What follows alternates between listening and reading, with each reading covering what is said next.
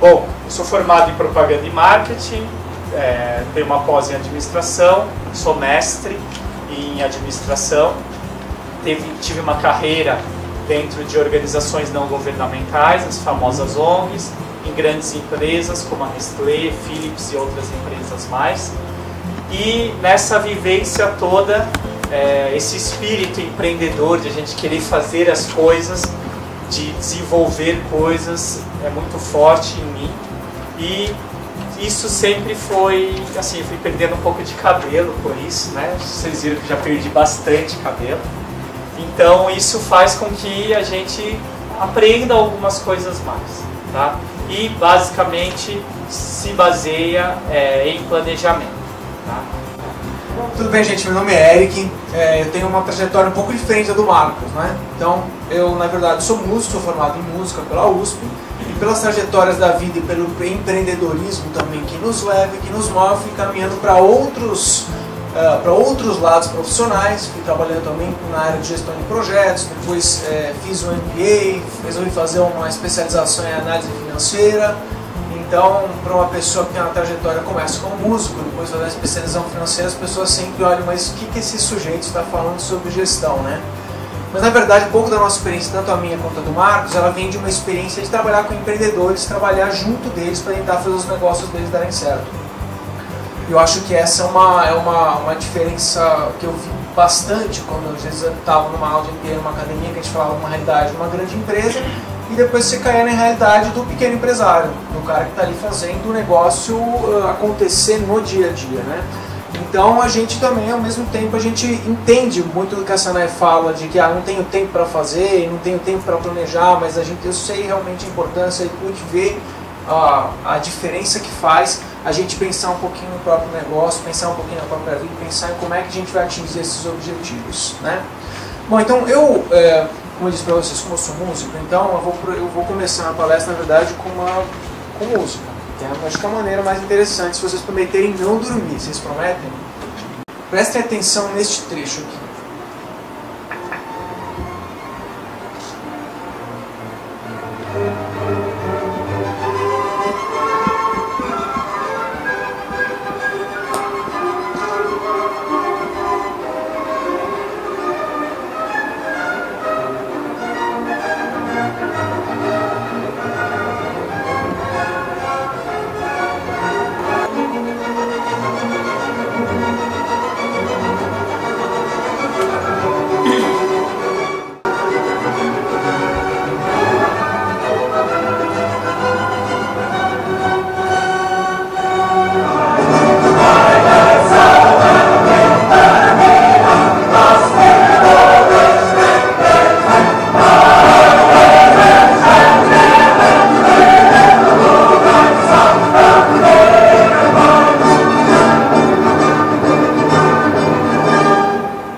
E aí, o que vocês notaram? O que chamou a atenção de vocês nesse trechinho? Alguém é músico aqui? Alguém toca? O que chamou a atenção? Seria para jogar isso na empresa ou aí? O que chamou a atenção aqui? Aí, eu percebi que tem um maestro, ele coordenou o conjunto, que na empresa seria um líder coordenando o grupo de pessoas. A gente falar uma analogia do maestro é muito utilizada, né? Quem mais? Teve algum trecho que chamou a atenção? Sanai? Agora olhando aí, quando eu falei procedimento, então o que é o procedimento numa orquestra? É a partitura de cada um. Como é que você percebe que eles estão organizados? Porque conforme o regente rege, a orquestra também toca. Essa analogia da orquestra para a empresa, ela é muito utilizada, não é nova, né? Não é nova porque realmente ela traz muita coisa. A música e a orquestra, ela tem realmente muita coisa em comum com o funcionamento de uma empresa, né? É até interessante porque a gente tem um sistema na Venezuela de ensino de música que é por orquestra, e eles vêm justamente falando sobre como a orquestra ajuda as pessoas a trabalhar em grupo, trabalhar em conjunto, perceber a noção de hierarquia, perceber a questão da disciplina, automotivação, tem uma série de outras coisas. E até por isso, quando eu falo da música aplicada aos negócios, eu falo de um conjunto também de vamos dizer assim, de competências de aprendizagens que a gente pode aplicar na vida prática, que não é só na relação à música, né? Mas em todo caso, é muito interessante quando a gente vê na orquestra e pensa na nossa empresa, né? Daí a gente chega, na verdade, no nosso trabalho, a gente encontra uma realidade às vezes muito diferente do que é uma orquestra, não é? A gente vê uma realidade bastante diferente. Então, falando um pouquinho mais sobre o que é uma orquestra, uma empresa, então a gente, logicamente, começa com a figura do maestro, que a gente fala sobre o regente, sobre o líder, quem é que comanda. E aí é interessante, eu sempre penso, quando a gente fala de liderança, nas minhas aulas de regência, que o líder não é aquele que vai pegar e fazer tudo por ele mesmo, que é uma tendência nossa, né? Então o cara não faz, putz, mas assistente não fez o relatório como eu queria, eu vou lá e faço o relatório porque eu não aguento mais mandar. O líder não pode fazer, o regente não vai fazer nada, ele não vai pegar no violino, ele não pode fazer nada senão fazer o quê? Fazer o máximo para que a equipe dele renda. O maestro ele não pode tocar no lugar de ninguém. A gente, no nosso trabalho, a gente incorre nisso, né? Tendencialmente, o cara não fez o negócio, eu preciso fazer, preciso mandar a proposta, o vendedor não fez, eu não posso perder o negócio, vou lá e faço. O maestro não tem essa possibilidade. Eu aprendi muito mais sobre liderança quando eu estava regendo do que às vezes lendo. Por quê? Porque você está na frente de uma equipe que a única coisa que você pode fazer é apoiar a equipe. É apoiar a equipe, fazer o máximo, tirar o máximo de cada um. Essa é uma das primeiras coisas que eu aprendi com a música. O que a orquestra também nos ensina aqui? As cordas. Vocês viram a organização das cordas? Que a gente estava falando um pouquinho da organização do trabalho? Não é só isso, está todo mundo com a mesma fisionomia, com a mesma concentração. Seria tão bom se a nossa empresa também fosse organizada e tivesse a nossa operação tão redondinha, né? Vocês percebem como eles estão totalmente redondinhos, todos sabem em que momento atacar, como fazer, que som, o que eles esperam na música. A gente poderia também falar que, por exemplo, os metais, que é aquela parte aguda, são quase como se fosse a equipe de vendas nossa, né?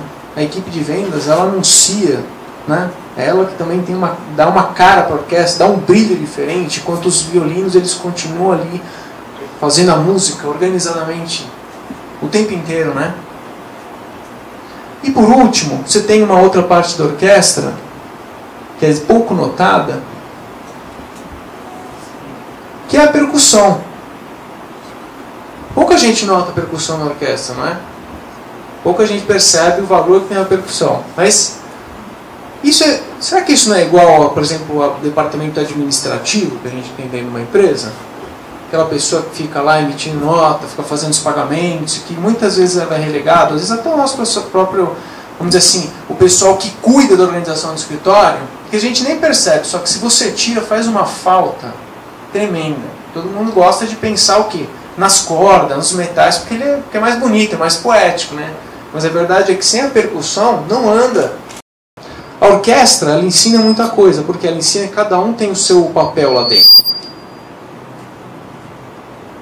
Ela ensina que cada um tem o seu papel, ela ensina que cada um tem o seu momento e a importância de todos estar agindo em conjunto de maneira organizada. Né? Isso é muito claro para a gente pensar numa orquestra, pensando nessa empresa. Acho que é um pouco comum a gente ver isso, não é? Então eu vou mostrar uma outra coisa para vocês agora.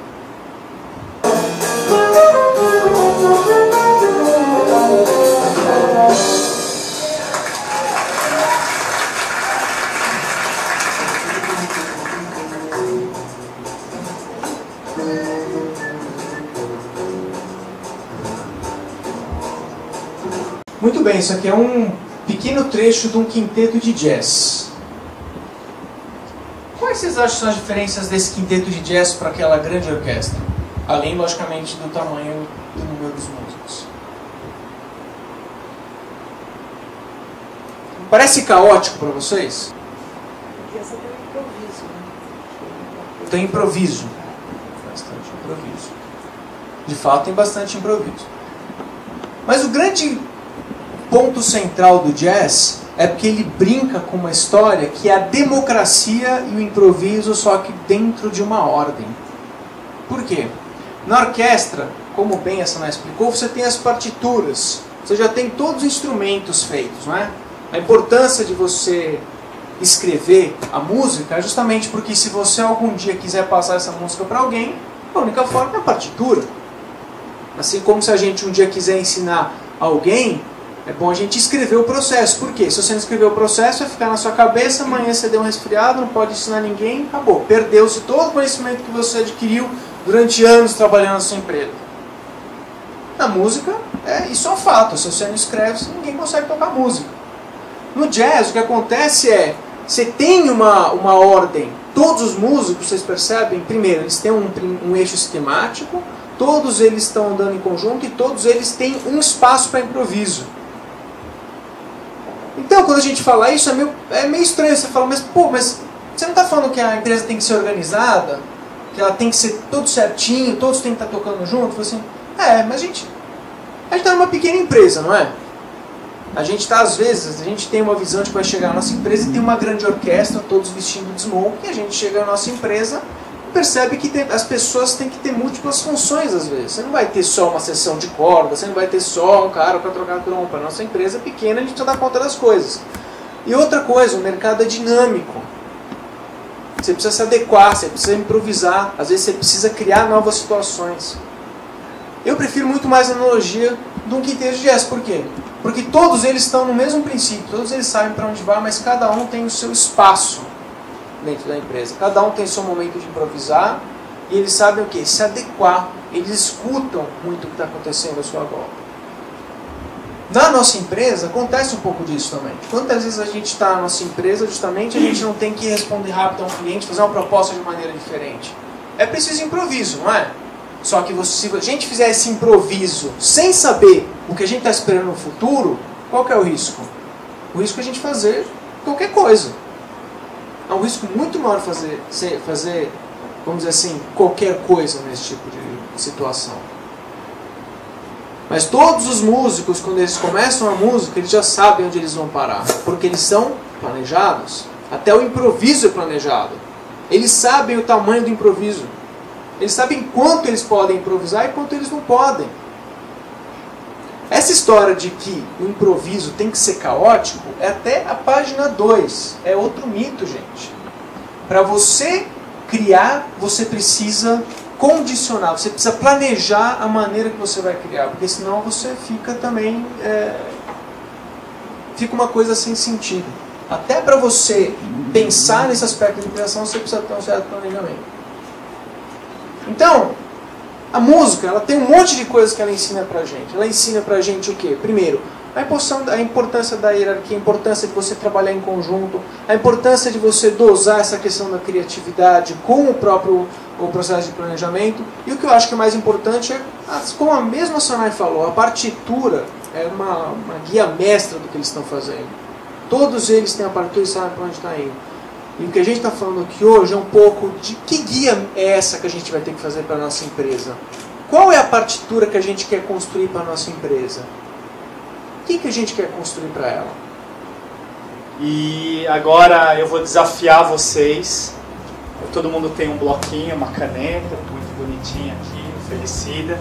Eu queria que vocês pensassem em um empreendedor, um dono de empresa, uma pessoa que você se inspirou para abrir o seu negócio, que você se inspira diariamente para trabalhar com essa pessoa.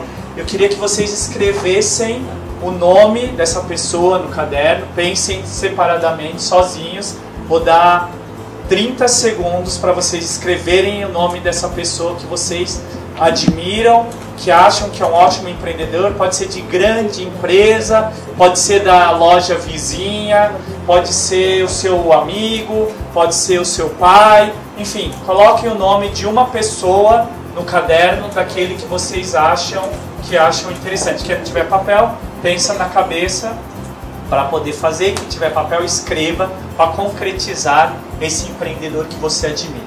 Vamos lá.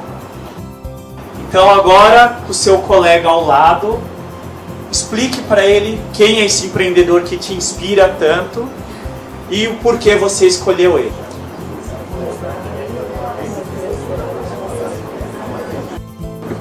Todo mundo lembrou de um empreendedor, de um dono de empresa que admira? Agora, quem quer falar o do colega? Vamos ver se prestaram atenção. É pegadinha isso, hein? Vamos lá. Quem quer falar o que o colega, o empreendedor que o colega acha? Todo mundo morre de medo quando o professor chega com o microfone, né? Perto e daí entrega o microfone assim, né? A parte do microfone é boa, porque você entrega e... Entendi. Bom, o meu colega aqui estava falando sobre o diretor da empresa onde ele trabalha, devido ao empreendedorismo dele, pela força de vontade, pela trajetória, que apesar de pouco estudo, também conseguiu chegar no patamar aí, né, de direção de uma empresa, de ter construído aí algo ao longo da vida. E ele se inspira nessa pessoa. Legal, né? E a gente tem vários empreendedores que buscam essa eternalização, se é que existe essa palavra, né? Que buscam ser eternos. E a pergunta desses caras é: o que é ser esse tal do empreendedor? O que é esse ser empreendedor? O empreendedor é exatamente aqueles que as pessoas que a gente admira, né? E todo mundo, quando pensa em empreendedor, pensa nesse cara, né? Esse cara criou um império gigantesco de produtos, serviços, modificou a forma da gente viver e falar, né? E os modelos todos que a gente tem. Esse é o Steve Jobs, o criador da Apple, né? Do iPhone, do iMac e assim por diante, tá? Mas todo mundo, quando pensa em empreendedor, já pensa lá em cima, né? E esse empreendedor, às vezes, realmente está difícil, Estava te zoando, mas... pode ser o Eike Batista, como vocês falaram lá, né? O Eike Batista tem todo o seu histórico, tem todo o seu material, as suas empresas, e é um dos homens mais ricos do mundo. Tá? 28 bilhões de reais. Fica bem simples fazer qualquer investimento. Igual a gente, né? Tem investimento assim, super tranquilo. Quando você fala do empreendedor, todo mundo acha que você é meio louco, né? Para quem não conhece, esse é o louco do Maurício de Souza. Por quê? Porque, você vai largar a sua empresa, o seu FGTS, as suas férias 13º, para quê? Para abrir um negócio incerto, um negócio seu, para você poder fazer o trabalho e passar sábado, domingo, para fazer as suas coisas, uma coisa que você acredita, igual a Sanai bem falou, né? E aí você deixa sua família de lado para cuidar dos seus negócios. Que cara louco é esse? E aí você fala: não, eu vou ser empreendedor, que eu não quero mais ter meu chefe, porque meu chefe fica cobrando hora, que tem que bater o ponto, que tem que fazer isso, tem que fazer aquilo. Eu quero ser meu dono da minha hora, né? E aí o que acontece? Você fica escravo do seu próprio negócio, né? Você só troca o chefe pelo seu negócio, e o seu negócio é mais pesado ainda. Por quê? Você tem um monte de funcionário que depende de você, aí você conhece seu funcionário, aí você conhece o filho do seu funcionário, aí você conhece o neto do seu funcionário, e você sabe que toda aquela galera depende de você, né? E aí o negócio começa a ficar pesado, difícil, porque nesse seu dia a dia é muito pesado. Pode passar? Mas o empreendedor são essas pessoas que vocês falaram, né? É a pessoa lá do lado que tem um barzinho que vende a coxinha. Ou aquela senhora que está lá em casa que vende coxinha, né? De festa, e aí ganha um dinheirinho, sobrevive e mantém 5, 6 pessoas por causa das coxinhas da festa. Esse é o empreendedor. A gente tem que aprender também com esses empreendedores. Pois por mais ferramentas que a gente traga para melhorar o dia a dia de vocês, o espírito empreendedor está em cada um de vocês. Mesmo que você não seja o dono do negócio, como o diretor, né, que ele comentou, você tem que ter esse espírito empreendedor, e as empresas estão cobrando esse espírito empreendedor de cada funcionário para poder entender como que você vê esse negócio e para buscar esse negócio para crescer. Ou seja, um empreendedor somos todos nós. Tá? Não é só o Marcos Nakagawa, né? Mas também não é só o diretor, não é só o pessoal aqui do Sindicato Varejista que busca cada vez mais crescer e trazer oportunidades para vocês. Somos todos. Só que tem alguns padrões, segundo alguns estudos, né, do Gerber, que mostra quais os tipos de empreendedores tem. Tem aquele empreendedor que é o empreendedor nato, né, que nasce empreendedor. Tem aquele empreendedor que é mais o administrador. Tá? O administrador é aquele que gosta das coisas tudo direitinho, dos seus mínimos detalhes. Né? E coloca tudo direitinho na caixinha, na planilhinha e assim por diante. Né? Tem vários empreendedores que são desse estilo mais administrador. E tem o empreendedor que é o técnico, que ele é o bom da venda, que ele é o bom do balcão, que ele é o bom de arrumar as coisas na prateleira, que ele é o bom de negociar com o fornecedor. Ele é o técnico que é muito bom naquilo que ele faz. Ele, às vezes, não consegue ver o todo. E quais são as diferenças entre os três? O empreendedor é aquele visionário, sonhador, que busca sempre a mudança, tem uma personalidade criativa. É aquele chefe, aquele dono de empresa que fala: tive uma ideia, vamos fazer aqui agora, vamos contratar um cara vestido de Papai Noel para ficar aqui na frente da loja. Não, mas isso tem custo, tem gasto, vai ter que pagar uma diária para o cara vestido de Papai Noel, vai ter que comprar roupa do Papai Noel, vai ter que dar almoço. Não, mas é uma ideia super legal que vai chamar os clientes, as criancinhas vão ganhar balinha lá na porta. É esse daqui, tá? Personalidade criativa. As pessoas, e lógico, vai chegar alguém e falar: não, mas pensa bem, isso daí, ó, por dia vai custar uns R$300, que você vai ter que dar almoço pro cara, vai ter que comprar isso, blá blá blá blá. Não, cara, você está indo contra a minha ideia? Ou seja, as pessoas são obstáculos no caminho dessa pessoa. Tá? Tem essas pessoas com espírito empreendedor. Tá? E aí vocês vão se identificando com cada um deles com que você é mais forte. O administrador é aquele mais planejador, pragmático, que pega assim e fala: não, para que a gente vai contratar o Papai Noel? A gente já tentou ano passado e não deu certo. E além disso a gente gastou isso.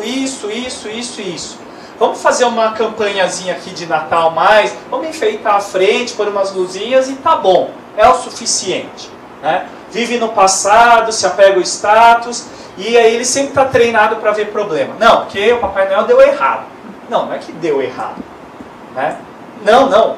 E aí ele fica sempre vendo com essa parte, ele é um cara muito organizador. E o técnico é aquele que põe a mão na massa. Ah, eu vou ser o Papai Noel. Não, mas você é o dono da empresa. Não, mas eu sou o Papai Noel. Eu sou o cara que põe a mão na massa. Em vez de o cara pegar e falar: faz aquela continha para mim, para pagar os fornecedores. Ou você paga o fornecedor para mim, vai lá no banco para mim e faz aquela compra. Não, deixa que eu vou, fecha a loja. Ou deixa lá o cara que começou agora na loja e vai lá pagar a compra. Né? Então faça você mesmo, adora consertar. Ah, tem um vazamento aqui na loja, aqui no banheiro dos funcionários. Pode deixar. Não, mas você é o dono, contrata alguém, a sua hora de trabalho é muito mais valiosa do que você consertando. Não, mas eu sei consertar, eu conserto tudo em casa, porque eu não vou consertar aqui no meu comércio também. E o cara para tudo, em vez de sair lá do caixa, em vez de ficar atendendo o cliente, o cara vai lá consertar o cano. Né? Então é um cara técnico que gosta de pegar assim e falar: já fiz isso.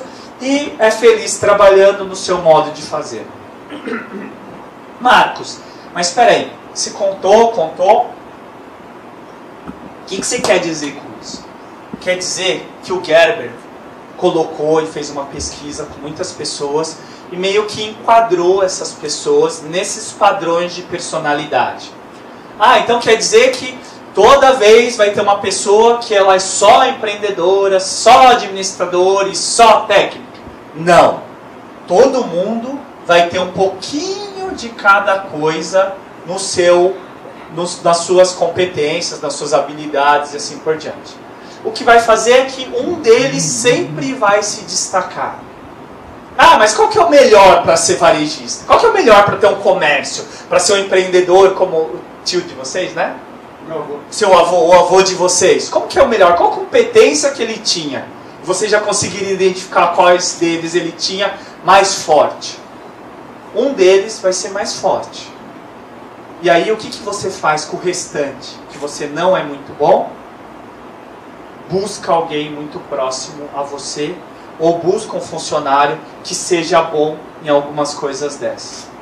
Porque se você tiver uma empresa só de empreendedor que fica criando, e que não administra, que não organiza, não vai funcionar. Mas Marcos, você está falando de grande empresa, você trabalhou em empresa grande, é fácil falar que contrata um administrador, contrata um técnico, é muito fácil.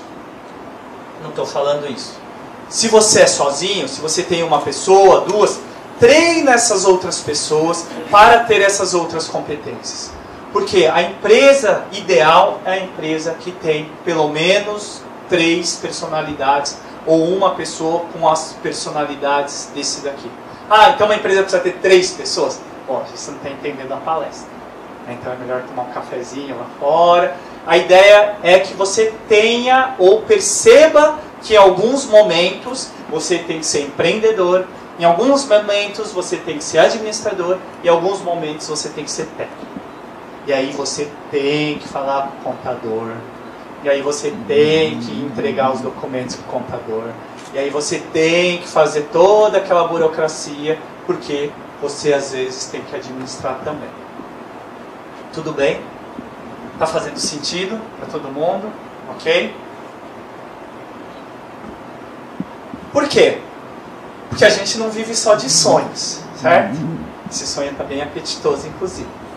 E essa hora é quase sacanagem mostrar esse sonho. A gente não vive só de sonho, a não ser o padeiro, né, que vive só de sonho. Essa piada foi péssima. Não, tem que melhorar essa piada. E o sonho, então, é o que move a gente. E a gente sempre tem uma ideia. A gente precisa catalisar essa ideia e concretizar. Por quê? Só de sonho e ideia não dá para viver. A gente tem que concretizar ele. Como que a gente concretiza? Quando a gente tem alguns pontos que a gente tem que se desenvolver. E como que a gente faz para juntar essas duas coisas? Entre o sonho e a realidade. Entre ter uma loja com 500 funcionários e uma loja real de 2, 3 funcionários. É juntar as 3 competências para gerar mais dinheiro. E com isso, como a gente faz isso no dia a dia? Como a gente pode planejar isso no dia a dia? Como a gente pode pensar nessas competências no dia a dia? E aí, que é planejando as nossas ações. Tudo bem? Bom, tudo muito bonito, tudo muito lindo, já falamos de luz, sonho, inspiração, e aí? E a prática, né? Então, eu sempre falo que a prática é um pouco mais dura, né? A gente costuma sempre nos exercícios falar que o papel, ele é interessante, e a planilha principalmente é interessante, porque o negócio fica tudo bonito de explicar, até o momento que você coloca na planilha e vê quanto você efetivamente vai tirar, quanto você vai gastar, como é que você vai fazer, quanto você quer ganhar, né? Assim a mesma coisa acontece com o plano de ação. Então você começa com a ideia no ano de fazer 10 campanhas ao mesmo tempo, né? Não, porque até agosto eu vou ter tantas vendas, ou fazer tantas campanhas. É quando você começa a colocar no papel e começa a quantificar quanto trabalho vai dar, aí você, acho que não vai dar para fazer tudo aquilo que eu pensei. Por isso que é importante a gente colocar as coisas no papel. E o plano de ação, ele serve para ser uma partitura nossa. Ele é a nossa guia. É a nossa guia. Existe uma outra coisa que a gente tem como, vou dizer, novo mito, que é que o plano de ação ele tem que ser uma coisa extremamente complexa. É como se eu falasse que um plano de ação ele é tão bonito quanto seria uma partitura como essa, né? É legal de ver, não é? Mas tão difícil de executar, não parece? Quando você parece que você vai ser um cara maravilhoso se você conseguisse fazer isso aqui. Agora venhamos e convenhamos. Será que o nosso negócio, será que a gente não precisa pensar em coisas que a gente mais simples? Será que todo plano de ação tem que ser tão complexo? O plano de ação ele pode ser simples. Aliás, eu vou dizer uma coisa. É melhor vocês criarem um simples plano que funcione do que ficar querendo criar coisas do arco da velha que não vão conseguir. Vocês não vão conseguir executar. Uma empresa precisa o quê? Ter a cultura de acompanhar e de executar. Então, assim, eu diria, o plano de ação, vamos fazer um plano de ação? Vamos começar com a cirandinha. É simples, é tranquilo, todo mundo conhece, pouca coisa e consegue executar. Quanto mais complexo você tenta fazer as coisas, às vezes, fica mais difícil você acompanhar, fica mais difícil gerenciar e o resultado nem sempre é o melhor. Então, eu procuro pensar sempre num plano de ação que seja eficaz. Eficaz está na simplicidade, não é? A Nona Sinfonia de Beethoven, todo mundo conhece a melodia. A melodia principal todo mundo conhece. Pode não conhecer a orquestra, a página dos violinos, não conhece. Mas a melodia todo mundo se lembra.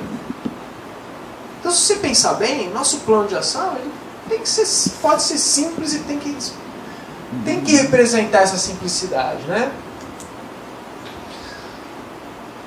Quando a gente pensa num plano de ação, sempre fala assim, vou fazer uma ação porque eu quero alguma coisa, né? E onde que a gente falha em descrever o nosso caminho de ação? Primeira coisa, a gente não estabeleceu a meta clara. Se você não estabelece o que você quer, qualquer coisa que você vai desenhar não vai dar certo. Não é verdade? Então vamos supor, eu quero traçar meu caminho de Campinas a São Paulo. Se eu não soubesse que eu quero chegar a São Paulo, como é que eu vou saber que rodovia eu vou pegar? Eu nunca vou saber. Então a primeira coisa é, se eu não souber estabelecer o que eu quero, a possibilidade de você falhar é enorme, senão quase certa. Segundo, tá bom, eu defini, eu vou para São Paulo. Mas a gente não faz bons planos de ação. Seja porque a gente não conhece o método ou porque a gente não tem as informações. Ou seja, a mesma coisa que eu falasse, vou para São Paulo, mas eu não sei que estradas eu posso pegar. Eu não conheço as estradas. Não sei como chegar a São Paulo. Aí eu também vou falhar no meu plano de ação. Vou acabar falhando. Quarta e terceira opção. Você sabe que você vai chegar em São Paulo, você conhece as rodovias, mas você é um mau motorista. Você não consegue. Você se perde no meio do caminho. Você também não consegue executar. E a quarta é porque pode ocorrer circunstâncias fora do nosso controle. Alguém bate no seu carro durante o caminho. Então por que a gente falha? A gente falha principalmente por essas primeiras razões. Se a gente não sabe o que a gente quer, se a gente não sabe como chegar, que caminhos a gente pode tomar, se a gente não tem, às vezes, a capacidade de executar, de caminhar. Isso daí, se a gente não é um bom motorista. Então, um bom plano de ação, ele, antes de tudo, ele tem que prever que vocês saibam onde vocês querem chegar, de alguma forma que vocês entendam que caminhos vocês têm para chegar nesse objetivo, e depois que vocês consigam executar. Por isso que eu estava falando da importância da simplicidade, né? Saber o plano de ação bom, ele é adequado também para cada história de cada empresa. Por quê? Porque é vocês que vão ter que executar. Não adianta vocês criarem um plano de ação que vocês depois não conseguem executar. Vocês podem criar um plano maravilhoso que vão precisar de um recurso que vocês não têm. Então, o bom plano de ação é aquele que vocês conseguem executar depois.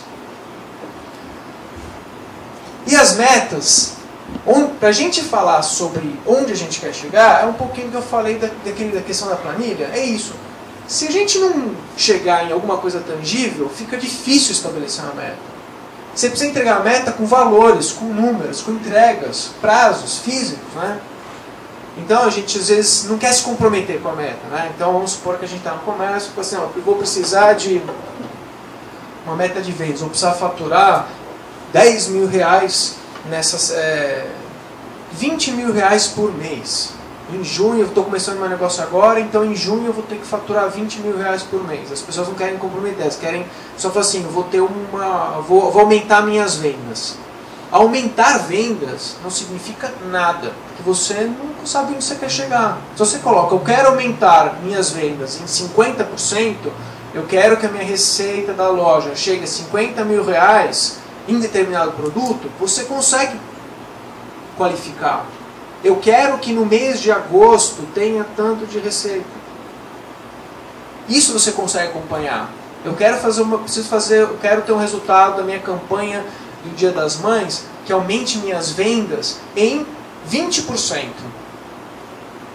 Você já tem um mês, já tem um prazo, você já sabe onde vai aumentar. Então qualquer plano de ação, ele contempla isso de uma maneira muito clara. Onde eu quero chegar? né? Vamos supor que vocês queiram fazer um site novo para a loja de vocês, ou um material gráfico. Vocês vão ter que falar o quê?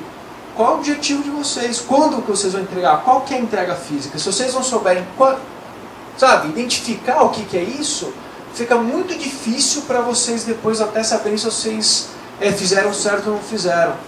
Como é que você vai saber quando vai terminar? Não tem como. Então a meta ela tem que ser mensurável. Importantíssimo. Como é que a gente vai chegar lá? A gente tem que pensar nos caminhos. Como eu falei das rotas das estradas, se você não conhece a estrada, o que você faz? Você compra um mapa. A gente compra um mapa na banca. Tem o GPS. Você pergunta para um amigo. Nosso negócio também é assim.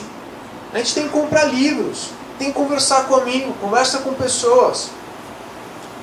Para vocês entenderem que rotas vocês têm disponíveis para chegar onde vocês traçaram, nas metas. Vocês têm que listar as ações. Só de listar, às vezes a gente começa a entender, quando você começa a listar, começa a entender a quantidade do trabalho que dá. O que é preciso fazer? Quando você começa a listar uma lista simples, o que você precisa fazer? Preciso fazer um site novo para a loja, fazer uma campanha pela internet. Então, eu tenho que contratar um programador, eu tenho que escrever os textos do site, tenho que bolar os produtos que vão para a promoção, eu vou ter que aprovar o design com o cara, tenho que separar o orçamento, tem que bolar. Você começa a listar as ações, aí você vai ter noção melhor do que representa essa ação para vocês. É importante, no checklist de cada um de vocês, separar por grandes temas. É uma forma de organizar importante, né? Colocar prazos. Sem prazo, a coisa fica realmente a Deus dará. Precisa ter prazo. Qualquer ação ela precisa ter prazo. O prazo é uma condicionante fundamental. Outra coisa, precisa colocar um dono. Cão sem dono morre de fome. Morre. E cão com 2 donos também morre de fome. Não existe essa história de tipo assim, isso é comum, né? Você está lá numa reunião, aí, mas quem vai ficar responsável por essa tarefa? O Marcos e o Eric. É o Marcos ou o Eric? No final das contas vai ser o deixa que eu deixo, né? Não, mas o Marcos estava cuidando disso. O Marcos vai falar assim, não, é o Eric que estava cuidando. E ninguém ficou, já morreu de fome, coitado do cachorro. Dono é um só. Responsável pela ação é um. Você pode ter alguém que ajude, mas... Gente, alguém precisa ser cobrado. Precisa ser uma pessoa cobrada. Vocês precisam identificar uma pessoa, mesmo que sejam vocês mesmos. Mesmo que sejam vocês mesmos, vocês precisam identificar quem é o cara responsável por isso aqui. Porque esse é o cara que você vai cobrar no final. Importante também, a parte da comunicação. Então assim, se vocês querem que a equipe de vocês esteja com vocês no plano, eles precisam saber onde eles estão chegando. Não adianta nada você chegar um dia e passar uma tarefa à pessoa, e falar assim, não, você tem que fazer um site. A pessoa não entende para quê, não sabe o que é a promoção pro Dia das Mães, você entregou para ela uma tarefa que a pessoa não entende o objetivo. Daí você vai, cobra, a pessoa não fez do jeito que você queria, e daí a pessoa fala assim, mas pô, eu sou adivinho, não tenho bola de cristal, como é que eu vou saber que é pro Dia das Mães, que é para uma promoção? Não sei de nada. Aí você vai falar, mas essas pessoas são um obstáculo para o meu empreendedorismo, eles não compreendem o meu espírito visionário de negócio. Um bom líder comunica. Eles precisam comunicar. Qualquer plano de ação precisa ser comunicável. Então as pessoas têm que entender onde elas estão, qual o papel delas, onde elas estão aportando, qual o objetivo final. E logicamente esteja aberto para sugestões. Por quê? Às vezes tem umas nuances no negócio que um técnico vai te alertar. Olha, vou voltar ao exemplo do site. Um técnico de informática fala assim, olha, isso que você está querendo a gente não vai conseguir fazer, vai custar muito dinheiro, não vai ter tempo. Esse desenvolvimento não é tão simples quanto parece. A nossa questão do plano não é criar um bom plano de papel bonito, né? Colocar uma logomarca bonita, legal, daí você vai lá, coloca na gaveta e nunca é executado. Eu já vi vários desses daí, gente, muitos. A questão é, como é que vocês criam um plano que vocês conseguem executar? Tem que envolver as pessoas. No fundo, a empresa depende. O balconista tem que entender o que você quer. Se ele entender o que você quer, onde você quer chegar, ele não vai também produzir resultado. Você tem que envolver, as pessoas têm que estar engajadas nesse plano.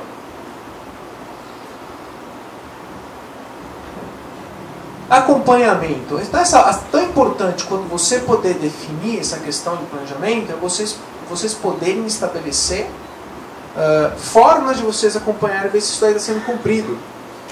Não adianta nada eu falar assim, atribuir uma meta e depois nunca mais cobrar. Daqui a 6 meses você vem cobrar e o que acontece?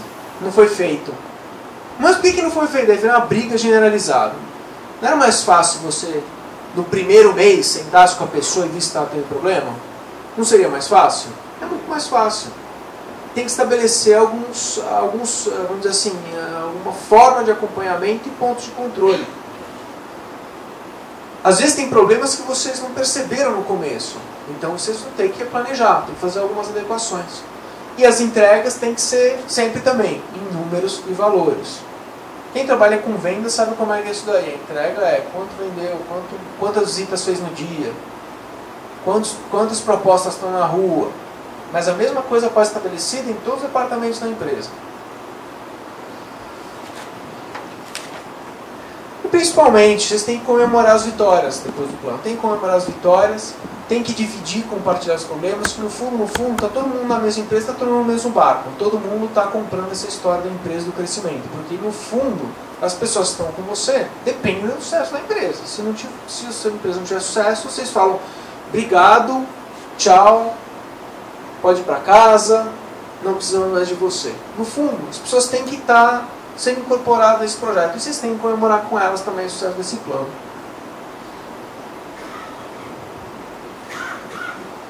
Bom, isso daí que o Eric passou nada mais é do que a nossa famosa roda PDCA, né? Que é planejar, desenvolver, controlar e fazer ação novamente. Tá? Então, aqui você define a meta, define o método, como você vai funcionar. Aqui você educa e treina os seus funcionários, você executa, coleta os dados. Aqui você checa as metas e os resultados. E aqui você faz as ações corretivas, preventivas ou de melhor. Tá? Então, essa roda do plano de negócios é fundamental para você que vai desenvolver uma ação, as ações dentro da sua empresa, do seu comércio, para poder desenvolver e ampliar, aumentar o seu faturamento, aumentar os seus negócios e assim por diante. E o que é o tal do plano de negócios? Que a gente ouve tanto, plano de negócios. Né? Em inglês fica mais chique até. O business plan, né? Que a gente ouve tanto por aí. O plano de negócios nada mais é do que vários planos de ação em conjunto. Tá? E aí vai ter um plano de ação de marketing, que chama plano de marketing, um plano de comunicação, um plano financeiro, um plano de operações, e aí você acaba tendo vários planos de ações que acaba virando o plano de negócios. Tá?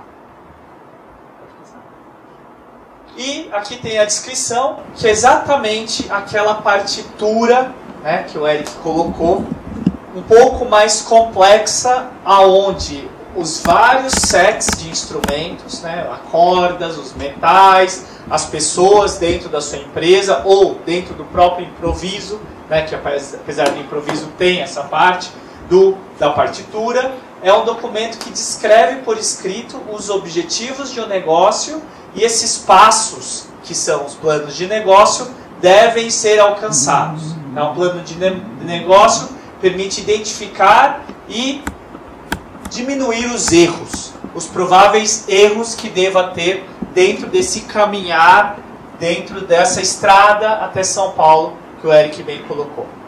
Tudo bem? Deu para entender o plano de negócios? Ok.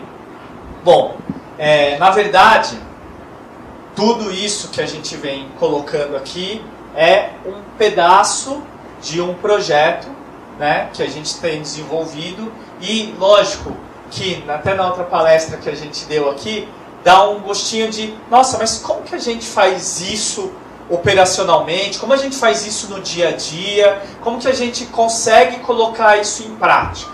Tá? E nesses vários debates que a gente teve com a Sanai, com o Roberto, toda a equipe aqui do Sind Varejista, a gente percebeu que a gente precisa ajudar o pessoal aqui a desenvolver esses planos de ações, esses planos de negócio. Tá? E para isso a gente desenvolveu um projeto.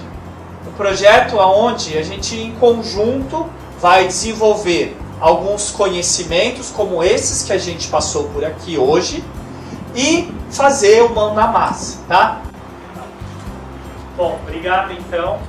Obrigado, gente. Obrigado pelo tempo de vocês e vamos tomar um cafezinho, a gente está à disposição.